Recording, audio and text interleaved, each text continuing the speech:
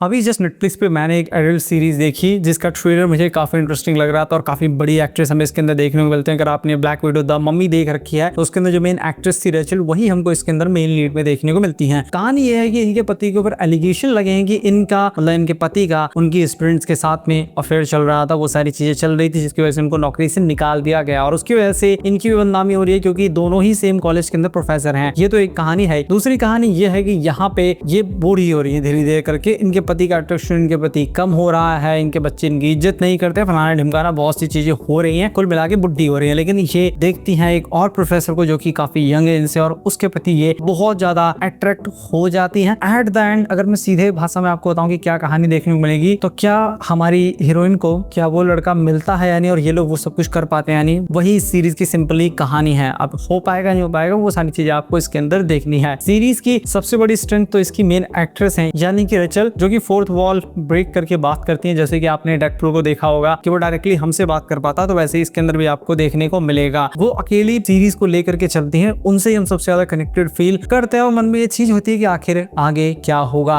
साथ में ये सीरीज बोर्ड एडल्ट थीम्स को भी एक्सप्लोर करती है, like obsession, sexual desire, power dynamics in universities, ageing and identity, इन सारी चीजों को भी ये सीरीज एक्सप्लोर करती है। और आप चाहें तो इस सीरीज को बिंज वॉच भी कर सकते हैं, एक साथ निपटा सकते हैं क्योंकि ज्यादातर एपिसोड 30 मिनट के अंदर के ही हैं, टोटल 8 एपिसोड हैं, तो जल्दी से आप इसको निपटा भी सकते हैं। और अब बात करते हैं देखना है या नहीं। मैंने जो आपको स्टोरी बताई ना, बस वही स्टोरी है। इजीली इस पूरी सीरीज की स्टोरी को मैं बोलता हूँ 5 एपिसोड के अंदर भी निपटाया जा सकता था इजीली, लेकिन यहाँ पे अननेसेसरली इसको बहुत ज्यादा स्ट्रेच किया गया है जो कि देखने में बोरिंग फील होता है, ये मुझे मानना पड़ेगा। उसके साथ में यहाँ पे ये लोग जिस तरीके से बात कर रहे हैं, उस लड़के का पता नहीं मन है कि नहीं है और ये पीछे लगी हुई है, तो एक अनकंफर्टेबल सिचुएशन वहां पे बनती है जिसको देखने में, उसे तो शर्म नहीं आ रही थी वो सब करने में, लेकिन मुझे देखने में शर्म आ रही थी, तो वो अनकंफर्टेबल भी लगा कि यहाँ पे हो क्या रहा है एग्जैक्टली। और साथ ही में जो इसकी स्टोरी वो बहुत थिन है, मतलब लिटरली बहुत थिन है कि 8 एपिसोड के अंदर खाली हमें यही देखने को मिलने वाला है कि ये दोनों करते हैं कि नहीं करते, दैट्स इट। उसके अलावा कुछ देखने को नहीं मिलने वाला। और अगर कोई सोच रहा है ना चलो कोई बात नहीं यार, स्टोरी जाए भाड़ में, वो सब तो देखने को मिलेगा, तो वो भी देखने को नहीं मिलेगा। इसके अंदर हमें पता है कि यहाँ पे ये लोग क्या करने वाले हैं, थोड़ा बहुत इधर उधर